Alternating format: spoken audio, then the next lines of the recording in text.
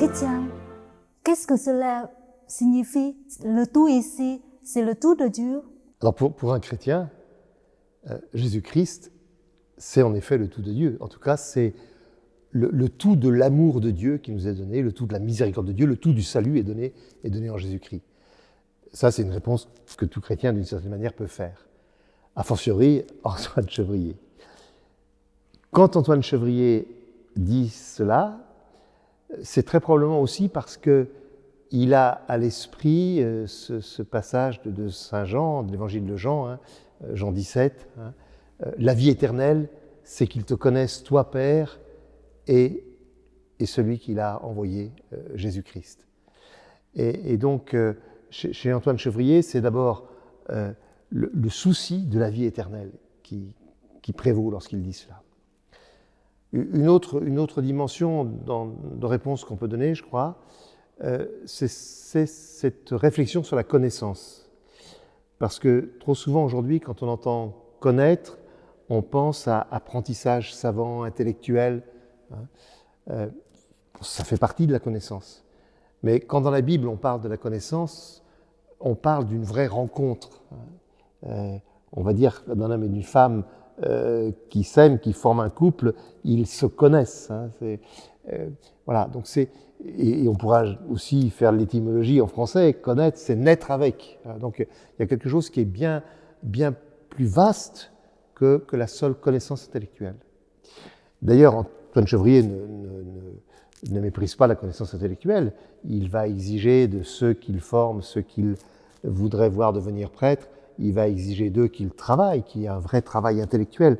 Mais en même temps, il sait qu'on peut savoir plein de choses sur Jésus. On peut avoir lu aujourd'hui plein de livres d'exégèse, d'histoire sur Jésus. On ne le connaîtra pas vraiment au sens de la rencontre que si on a la volonté de se laisser toucher par lui. Donc connaître Jésus-Christ, c'est tout. C'est avoir en soi ce désir profond de la rencontre personnelle ou interpersonnelle avec lui, quoi, me semble-t-il. Et est-ce que c'est aussi le tout de l'humanité? J'aurais envie de dire oui aussi. Alors je ne sais pas si Antoine Chevrier aurait répondu de la même manière, sûrement pas, parce qu'on est dans des époques différentes, avec des langages, des connaissances différentes, des sensibilités différentes. Mais nous croyons, c'est ce que nous dit la Bible, que tout être humain a été créé à l'image de Dieu. Donc vous, moi, nous avons en nous l'image de Dieu. Chez moi, en tout cas, elle est très cachée, cette image de Dieu. Et en revanche, en Jésus-Christ, eh bien, on a un homme complètement homme, mais qui va être la véritable image, la véritable icône de Dieu. Donc c'est pour ça qu'on peut en effet dire que connaître Jésus-Christ, c'est connaître tout de Dieu et connaître tout de l'homme. En tout cas, de l'homme, image de Dieu, icône de Dieu, d'une certaine manière. C'est l'homme parfait. Il est le premier d'une multitude de frères, dira saint Paul. Il est le premier homme totalement homme parce que il est le premier homme. Alors, il est le premier Dieu humanisé, mais pour que nous devenions des hommes divinisés. Donc, il est le premier de cordée qui nous entraîne. Il est l'homme parfait, d'une certaine manière. Oui. Et pour ceux qui ne sont pas chrétiens, pour ceux qui sont non chrétiens, je veux dire. Alors ça, c'est une question beaucoup plus difficile. J'ai beaucoup plus difficile. D'abord, je ne sais pas si Antoine Chevrier a pu se poser cette question, parce qu'il n'a pas vécu dans un monde de mélange comme celui qui est le nôtre aujourd'hui. On sait cependant qu'ici, à la chapelle du Prado, il a eu l'occasion de baptiser des hommes qui venaient du monde de l'islam, quelques-uns. On a des traces dans les registres. Mais la problématique de ce qu'on appelle aujourd'hui le dialogue interreligieux, la problématique de la réflexion sur le salut pour ceux qui appartiennent à d'autres religions, ce n'était pas une problématique qui était très importante à l'époque. Aujourd'hui, on pourra dire que Jésus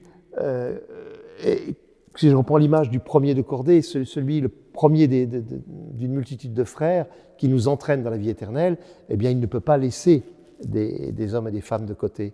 Il ne peut pas laisser des hommes et des femmes de bonne volonté de côté.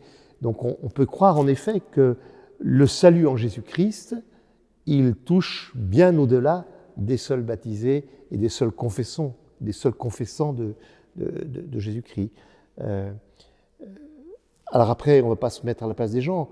On ne peut pas attendre forcément des gens qui ne sont pas chrétiens et qui disent ben oui, pour nous Jésus-Christ c'est tout, ça serait plus difficile.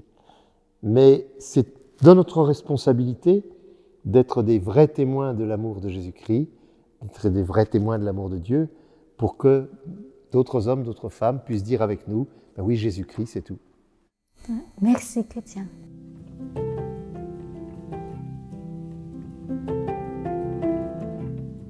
Au commencement était le Verbe, et le Verbe était auprès de Dieu, et le Verbe était Dieu.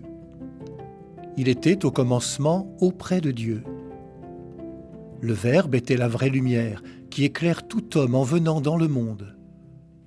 Il était dans le monde, et le monde était venu par lui à l'existence, mais le monde ne l'a pas reconnu.